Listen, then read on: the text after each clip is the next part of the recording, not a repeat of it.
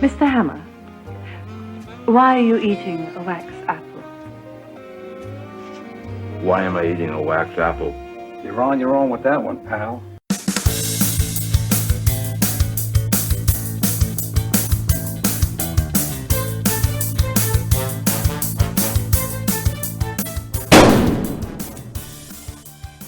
Ian, of all the podcasts and all the towns, do you trust anyone who come into ours? Well, if they walked in, that would be quite impressive. It would be. It'd be hard for the listeners to know. We'd have to do a walking sound. Old school. Yeah. Like a radio drama. Yeah, from the 30s or 40s. We had perhaps 10, 11 people all standing around different mics. Yeah, that would be quite exciting, wouldn't it? It'd be great. Instead of the 8 that we've got to do the background noise now. That's all. Cutbacks. That's it. And technology. How are we? Pygmy brain. I'm not too bad, Gerry. How are you? Yeah, I'm okay. My gams are a bit sore. Your gams? Yeah. Oh dear. Do you like that old noir patter? It wasn't a term I really heard. Yeah. But it's I don't mean specifically that. I mean, do you like that style, that tone, that rhythm? Yeah, I do. It's fun. good. I like it. And I also like modern takes on it. You see quite a few times things that are done 21st century, but in that style. I quite like it. So you say you like it. I assume that you enjoyed and liked this week's episode of Sledgehammer. I did. I was glad it wasn't in black and white though. I wasn't sure whether or not you would enjoy it because, as we have discovered on this podcast, your knowledge, let's say, of older TV show. I mean, you didn't really know who Alfred Hitchcock was. Never mind someone That's from not, the. I knew who Alfred Hitchcock Well, was. I just didn't know the trope of him walking by. Okay, but you're the first to admit, you're not what you would perhaps call an old movie buff. I'm definitely not an old movie buff. So I wasn't sure whether or not you would appreciate this, or if it would be something that you would take to, but... Yeah, no, I enjoyed it. I haven't watched a lot of the movies of the era that it kind of throws back to, but I have seen modern things, like I said earlier, that are of that style that I've enjoyed. And I think this style is enough of a cultural phenomenon that everyone is aware, whether or not they know they're aware of it, but the characters, the cliches, they have permeated through to today. Yeah, even the catchphrases sometimes and things like that, yeah. We can talk a little bit more about them as we progress through this week's podcast. So unless you want to say anything before we begin... No. Summary? Sure. Crack on. In Play It Again, Sledge, Hammer and Duro are suspended for 6 months after inflicting an unusual extrajudicial punishment on a bag snatcher. Struggling to make ends meet, the pair set up a private investigatory agency. Their first case thrusts Sledge into danger, and his life ends up on the line. When it comes down to it, though, has Hammer run out of luck? Or can he get a little help from an unusual friend? Begin this week on the street. Well, we've really short credits again, so we know it's a ram-packed episode. They've done this a few times now. That's what we like to see, a ram-packed episode. And did you notice they use a different font for the titles? Didn't notice that, no? It was a sort of noir-style font with the block bars. Okay. I'll need to look out for that again. We see a bag snatcher slay an old lady before being hit by a car as he runs off, followed by the old lady in question, and is finally stopped by... Well, Sledge opens his door. What we see actually, he runs from the background of the shot to the foreground where Sledge is parked, and he opens his door and the guy runs into it. Mm-hmm. And the old woman runs up. And it transpires that the old lady is not so old. No, it's Dory undercover. Indeed. Sledge then cuffs the slime ball to his car. I think, yeah, through the front and back windows. Mm-hmm. Dory's not so keen. Well, she gives a sort of faint protestation, but she stays in the car and doesn't do anything about it. I think she appreciates that arguing with Sledge might not be worthwhile. Perhaps. Sledge drives off, we see, with this slime ball attached. He does. And we head over to Trunk's office, and Trunk himself is furious as he reads out a list of charges against Sledge. Assault, battery, mayhem, brutality. And Hammer thinks he's talking about the criminal element. But no. No, he's not. I love the fact Trunk reveals that they were only 2 blocks away from the station house but drove all around the freeway system with the guy attached to the outside of the car. What does Sledge say? I think it's something along the lines of he wanted to give him time to consider what he'd Yeah, done. to reflect, yeah. Apparently the Commissioner, he wants both Dory and Sledge suspended. I suppose not just for this, but it'll be a build-up of Sledge's behaviour over the years. Yeah, somewhat uncharacteristically, Dory tries to throw Sledge under the bus here and make him take full responsibility. And he does himself also try to take full responsibility. Yep, but Trunks are having none of it. The word has come down from on high. They both have a suspension of 6 months, and I think Sledge, he tries to mitigate against Dory by saying that she's just a girl. Yeah. Trunks not interested. No. So, they both have to hand over their badges. Then they both do. Mm-hmm. And we go to a bar. Yes. Drowning their sorrows. It's not the same day. Why not? Because Sledge talks about how he fell asleep in front of the TV the night before, watching a movie. He didn't know what movie, and he quotes a couple of lines. Why could that not have been the night before? Because they're talking about how terrible it is now that they're not working. Okay. What are they drinking? I didn't notice what they were drinking. Milk. Are they? Yes. Was it Casablanca you was watching? The lines that you gave? Yes, it was, Like yeah. Casablanca lines. I Yeah. thought it was. I've not seen it, so I didn't know for sure. Okay. Dory, I mean, she is fairly relaxed considering she should be absolutely furious. Oh, she should be blaming Sledge. I suppose she maybe feels that, quite rightly, she probably should have done more to stop him. Blames herself, perhaps. Yep. She does lament the fact that she's going to be unpaid for 6 months. She's behind on her car payments as well. Mm-hmm. And as you mentioned, Sledge at this point discusses falling asleep and hearing these lines from Casablanca. Dory then remembers that she has parked her car in a police zone, which she no longer has privileges for. Yeah, and they discuss briefly whether Trunk would be so mean or so cruel as to punish them now just because they're on suspension. But they very quickly come to the conclusion that... Yeah, I'm pretty sure David Rashi stumbles over the start of that line as well. When I've watched it a couple of times. I'm pretty sure that it's maybe just the best take they got, but just the very start of it, it takes a wee second to get going in that line. Okay. Worth having a wee watch, see if you agree. Yeah, I'll rewatch that. So Dory leaves to move the car, and as she leaves, we see the appearance of this apparition. Yeah, literally out of nothing. The first time I watched it, I thought he'd come in as she went out, but no, he just appears out of nowhere. A man wearing a very familiar Mac and hat combination. I thought you had some smarts, Hammer. Where'd you come from? The little lady that just ankled out of here with the gray gams, she yours? Gams? Yeah, gams, you know. Pins, legs, smooth, long, classy looking. She's like a breath of fresh air in this stagnant world of ours. I know who you are. The weatherman on TV. There's a lot of gin joints in this crazy world, but there's only one reason I picked this hole. Happy hour? Oh, cut out the comedy. I'm here because you need some advice. Today, I think they call it career counseling. Yeah, you're right. I haven't fired my gun in a couple of hours. I think I do need some help. Hey, a bartender. Bring my friend a drink, huh? Do what? I said bring my friend a drink, okay? Yeah, sure. I'll bring him on. Hey, Dro, come on over here. Meet the local weatherman. I don't see anyone. That's Dro. I'm afraid she's a cop with a skirt. What next? Lady wrestlers? So Ian, did you immediately understand who this person was? Yeah, he was meant to be a sort of Humphrey Bogart, Yeah, it was meant to be Humphrey Bogart There you go. himself. Well, maybe one of his characters rather than Yeah, himself. Bogart playing one of his characters. Yeah. These days, Humphrey. It's a strange name for a leading man, a tough guy. Yeah, it's more of a cat's name. And even his nickname, Bogey. You wouldn't want that for your name. No, not in the UK. Bogey's a term for a booger, they might say in the States. Nasal mucus. Yeah.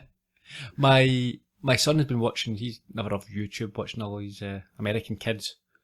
And the other day now, he started saying, when he's got a runny nose, he's got boogers. Oh dear. You have to correct him. Yeah. Snotters. That's how it was. Snotters, yeah. Snotters, wee man. Yeah, my wee wife speaks almost entirely in an American accent. Yeah. Oh, cool. In a few years' time, everyone will be speaking the same Americanized English. Yeah, homogenised, that's it. So, As we heard at the end of that clip, neither the bartender nor the returning Dory are able to see this bogey character. No, and neither are we when we see it from their perspective. This is a trope or a mechanism that's been used in a number of TV shows and movies over the years. It's often done with someone like Sherlock Holmes. Right. I remember I think one of the final episodes of Father Dowling that happens. But it's I've seen it in a few movies and shows where he gets help from a sidekick from the past. I enjoy it. Yeah. So Bogey explains that to Sledge that only he can see him, but it takes a bit of convincing at first, and Sledge pulls the bartender over the bar by his shirt. Until he concedes that he can see the man. Yeah. Sledge then suggests, I think he's worried himself, but he suggests that Dory must be stressed through the loss of her job. Yeah, she pushes back a little, but they both... I think Sledge kind of backs down as well, and they kind of agree to leave. Yeah, they make a sharp exit. I think that's it. He is worried that he appreciates the situation that he finds himself in.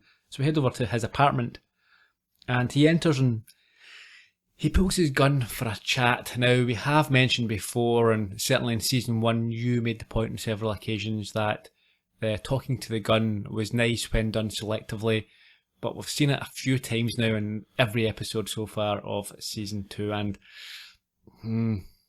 yeah, it seems to be that someone got a memo at the start of season 2 saying Sledge talks to his gun. Yeah, he really loves his gun. Make sure we highlight the fact he loves his gun, and it didn't require that.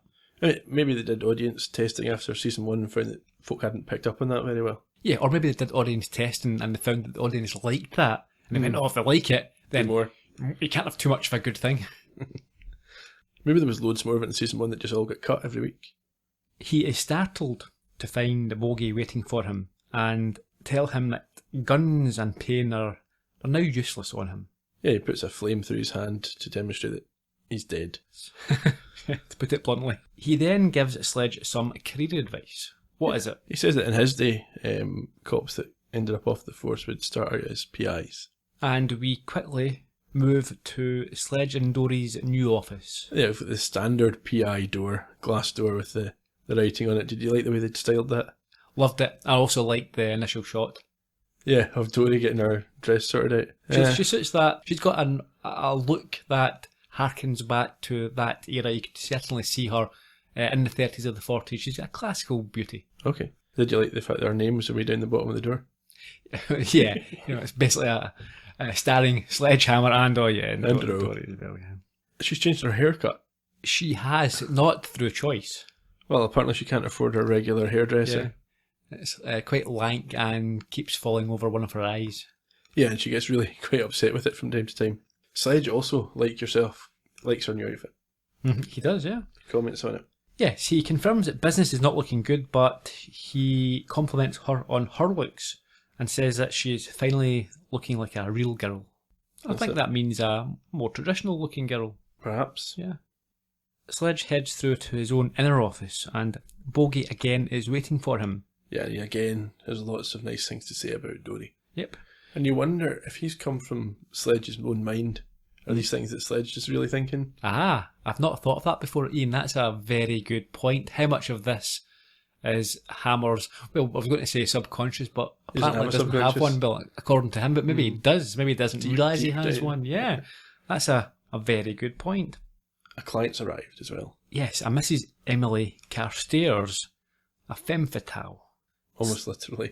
Yes, and Sledge immediately seems very taken by her. Yep, she won't let him take her coat. No, she explains that she is naked underneath. And in a very ungentlemanly response, Sledge insists then that he takes her coat.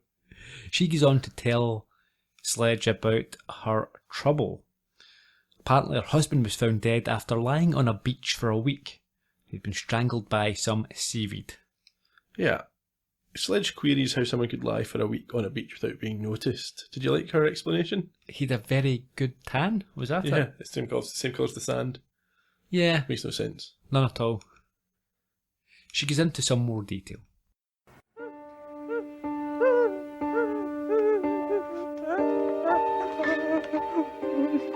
I'm sorry. This is very difficult for me. You see, ever since my husband died, a man has been calling me, demanding money. He says that if I don't pay him $100,000, he'll kill me. I need your help, Mr. Hammer. Ask her who the bum is. Any idea who the bum is? No. All I know is that he said my husband had welched on some business arrangement and that he'd be round tonight at 9 to collect. Did you call the police? They said they couldn't do anything. Figures. Oh, Mr. Hammer, I need protection now. Will $1,000 a day be all right? Gee, that sounds kind of steep. I don't have that kind of money. She's offering to pay you the 1,000, bonehead. Yeah, right. Right. Well, it's either you or the bar mitzvah. $1,000 is copacetic. So you'll take the case. Consider it solved. Oh, I feel better already. I need protection. I'm in constant danger. Not with me around.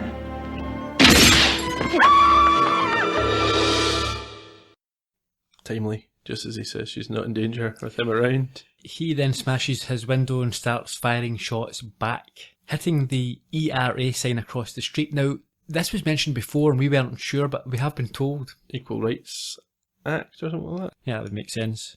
Dory comes in. Yes, and on Bogey's advice, Sledge tells her to stay in the office while he heads over to the Carstairs place. Yeah, she's having some trouble. She keeps bumping into things and rips her dress, trying to bend over. Yeah, I think both Bogey and Sledge cast a sly eye at her as she has to back up out. She's not very cheerful at this stage. Nah, she's not having a good day. Over to the Carstairs mansion, and Bogey tags along as Sledge compliments Carstairs herself on her house. Apparently it's just a temporary arrangement. That's what she says, yeah. She crashed a jet into the main one. Sledge initially refuses a drink, but succumbs as he is on suspension. And as Emily, Carstairs, goes to slip into something a little more cliched, what happens? He smashes an ornament. Yes? To be fair, at least he didn't use it as an ashtray. Yeah, Columbo style. And Sledge wonders how she can afford such a large place, and Bogey says that she picked it up cheap from Jim and Tammy Backer. We hear, or Sledge hears, some noisy. Someone is arriving. What does Sledge do? He ducks down behind a table or a chair or something that's not going to hide him very well. And who do we meet? Rosa. The maid. Yes. She enters much to the delight of Bogey as she's dressed in, well, the type of uniform you would pick up at an adult shop these days. The French maid type. Yeah. At least it's a slightly more demure than what Mrs. Carstairs comes back in. Yeah, she comes down and firstly tells Rosa that it's okay, Sledge is a guest. What's she wearing? Basically a negligee, isn't it? Mm-hmm. He refuses a limey drink. Well, she offers him a martini shaken, not stirred. Yeah. And he says, nah, that's that limey jerk. I'm a beer drinker. A root beer. So obviously a reference there too. Mr. Bond. Sledge takes an apple. Yes. We heard at the top of the show. Yeah, Bogey suggests that he will look cooler if he's eating some fruit. I don't know how that's meant to work, but he grabs an apple and he starts to munch on it. Yes. Not smart. No, because it's not a real apple. No. He then notes some gold-plated dead fish in a tank. Yeah, was that the husband got the blame for that one? Apparently. And he takes a drink of the root beer before Bogey tells him that it's now the traditional time for him to make out with the client. Yeah, while they wait for 9 o'clock. That's what he used to do. Yeah, but Sledge can't because he's suddenly struck down by a stomachache. True. Just before that, I think Sledge's response is, what would you do if it was a male client? He didn't take on those cases. No. Yeah. And as you correctly said, Sledge now suddenly collapses. Yeah, and Mrs. Carstairs looks a little bit smug as Sledge passes out. Bogey is not impressed. Time goes by. And Sledge groggily returns to consciousness. It's about 9 o'clock. The doorbell goes. And through his blurred vision, he sees Carstairs argue with a man. Yes, and shoot him. She does. Now, even in this scenario, she doesn't look in any way under immediate threat. No, he's obviously not able to quite put all the pieces together in his state. But he struggles over to where they are, and he wants to know why she even hired him if she had a gun of her own. She says because she wasn't sure if she could kill a man. And Sledge points out that she's now aware. Yeah, she says, now you know. Sledge also confirms that the man is dead, and she tells him that she was in fear of her life, and that the victim is her attorney, and that the gun was her husband's. Yes. And so even though it's not entirely clear to Sledge, to probably cover up the fact that whilst being paid as a PI, he had no idea what was going on, he'll just accept that as the truth. Yeah. It's a little bit later in the mansion, and we see the body being removed. We see Sledge again talk to his gun. He's disappointed that he didn't even get to use it before the case was closed. Yeah, okay. Trunk is there. He wants to know why Hammer's there. Sledge tells him why he was involved and what he saw happen. Trunk pushes him on it and he doubles down. Over to the bar. Dory's proud of Sledge. Yes, they're having a celebratory milk before Bogey puts a dampener on things. He points out to Sledge that he didn't actually solve the case, and it's all a bit odd. Sledge has to accept this and agree, but again, if we're believing or understanding this is Sledge's subconscious at work, then he's working this out himself. Through, yeah. He leaves Dory at the bar and heads off.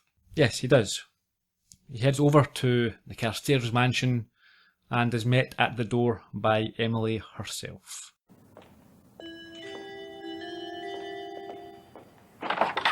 Oh, Mr. Hammer, what are you doing here? Just came to solve the real mystery. What are you talking about? Now I want you to listen and listen good, because I'm only going to say this once. This is how I see it. You killed your husband while you were in cahoots with your attorney. The two of you planned to split the money. You made a date to meet him, and then you arranged to have me see you kill him. Nice alibi. Ex-cop sees poor widow kill mean man who was trying to take her money. Not a dry tear in the house. Nice wrap-up, kid. Nice. You've forgotten one thing, Mr. Hammer. Oh, yeah? If that were all true, then who shot at me in the office?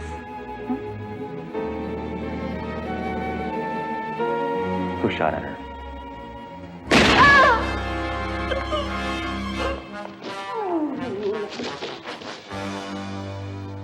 Whoever shot at her is going into reruns. I think the reruns reference is something we've seen, I think maybe once before this series. I can't remember the name of the programme that they're running against. Moonlighting. Yeah. I think it's a reference to that.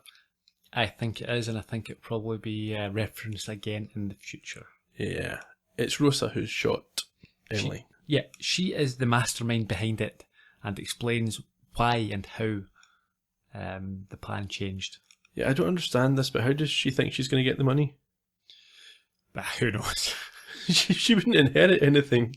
She just worked there. No, but it wasn't inheritance. She was demanding 1,000... Oh, no. Yeah, but having killed Emily. Yeah. Or maybe she was just killing Emily because she couldn't get what she wanted, and that was her final play. Yeah. Who knows? Who knows? We skip down to the harbour, the pier.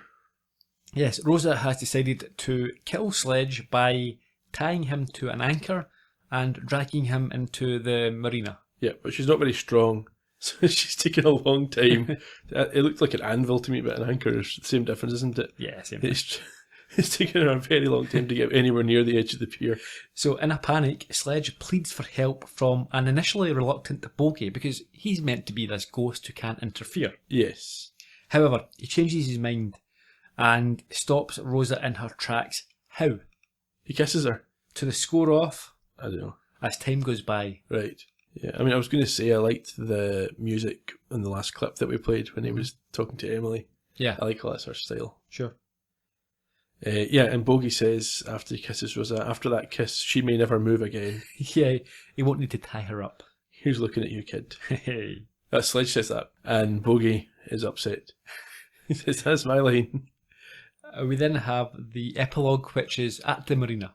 Yes, Trunk's there, Rosa's been arrested, and Dory shows up. They are given their badges back. Yeah, Dory wasn't there in time because she was at a beauty parlour, but obviously hadn't started her appointment because her hair's still the same, but she's cutting bits off herself now. He's back on the force, or they're back in the force, not because the commissioner needed them, or him, but because they discovered that he was more dangerous as a PI than a cop. Yeah, I think to keep an eye on him. Yeah. I think that's a bit harsh. I don't think he did anything wrong in this episode, really. Did he? Did he not? I'm not sure. No, he kind of lied at what he saw because he's covering his backside for being out of it. Yeah, but no one knew that. Yeah, so what is it he's done that's upset them? I suppose just being involved in murders and... Triple murder. Yeah. No, quadruple murder, is it? Was it? Well, there was Emily Carstairs, there was the Mr. attorney. Carstairs. Yeah. That's 3. And there would have been Sledge, but there wasn't. So 3. Triple murder. Yeah, I think they just want to keep him on a leash. Yeah. Sledge then has a final conversation with a bogey.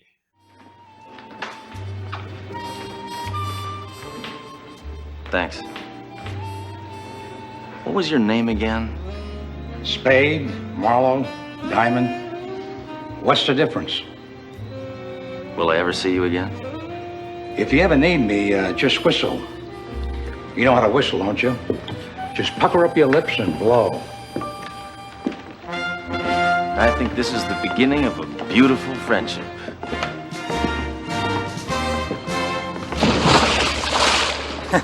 I should have told him he can't walk on water until he's up here with me.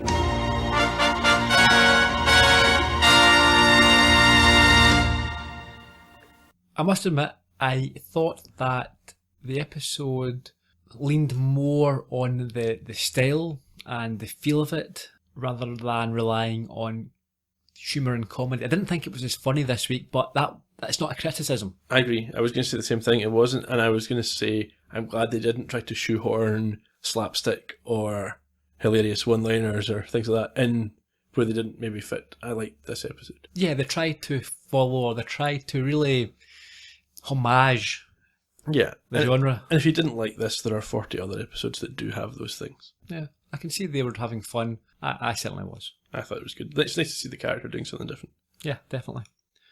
Okay, some production information. Okay. 1st of October 1987 was the original air date, and it was directed by Bill Bixby. I'm sure you're aware of Bill Bixby. Doesn't ring a bell. Oh, come on, Ian. Has he been involved in the movies? Okay, so he died in 1993, aged 59.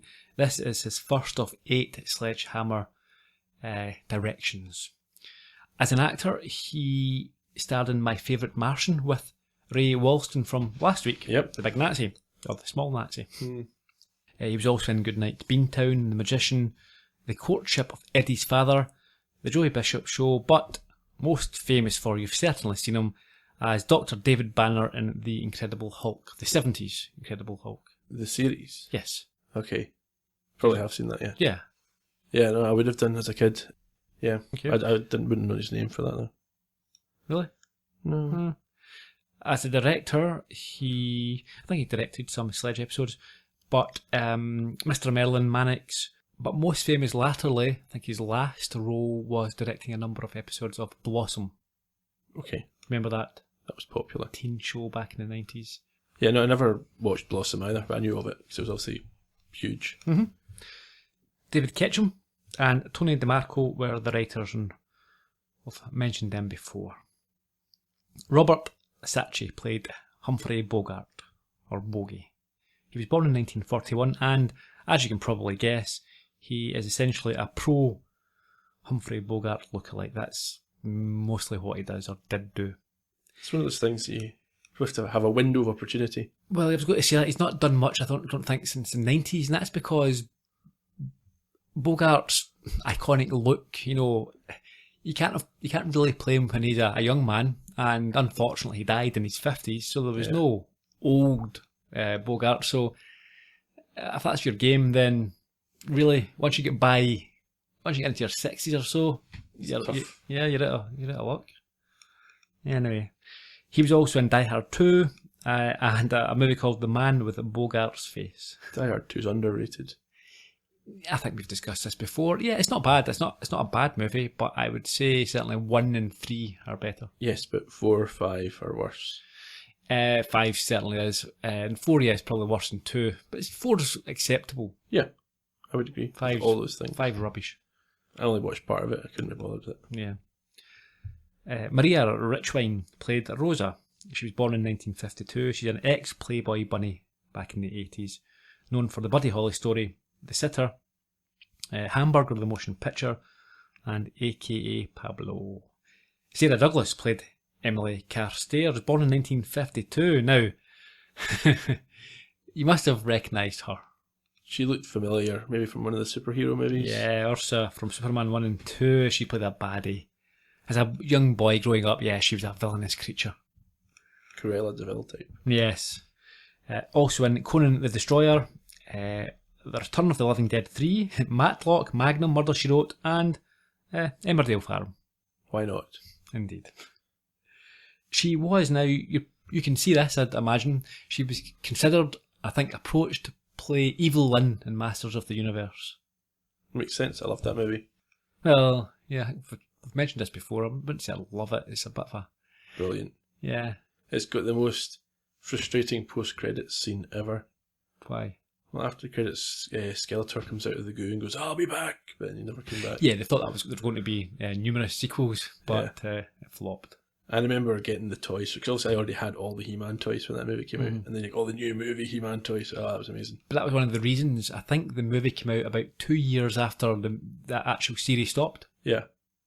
They missed the boat. Probably missed their window, yeah. Yeah, most of the kids had moved on, and... I can still remember the tune their key made. Yeah? Do, do, do, do, do. Or is that Close Encounters? One or the other. That's a long shot. I know the answer. Did you recognise or are you aware of the bartender? Okay, let me give you a clue. His name's Hal Needham. Do you know who Hal Needham was? No idea.